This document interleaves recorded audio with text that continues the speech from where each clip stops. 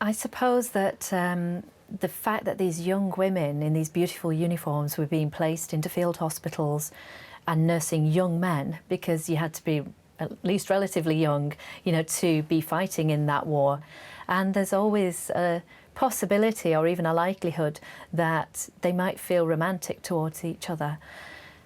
But I think what happened was that the professional nurses were so aware of the risk of nurses getting entangled, emotionally entangled with their patients. Sometimes they still did, and they knew that they could be sacked and sent home if they became over-involved with a patient.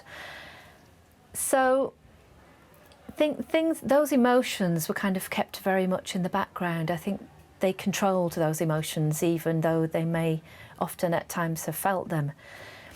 And at the same time, I think maybe romance blossomed quite often, but I think nurses were more likely to feel sisterly or motherly towards their patients, because those patients were just so vulnerable when they were coming back from the front with serious injuries.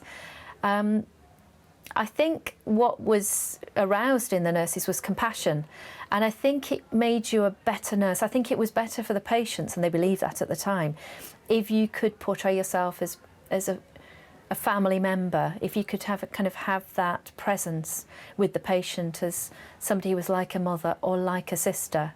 And the patients responded to the nurses in that way as well. So there are stories of patients saying, "Oh, you're so like my sister." But underneath all of that, I think there was an undercurrent of romance often.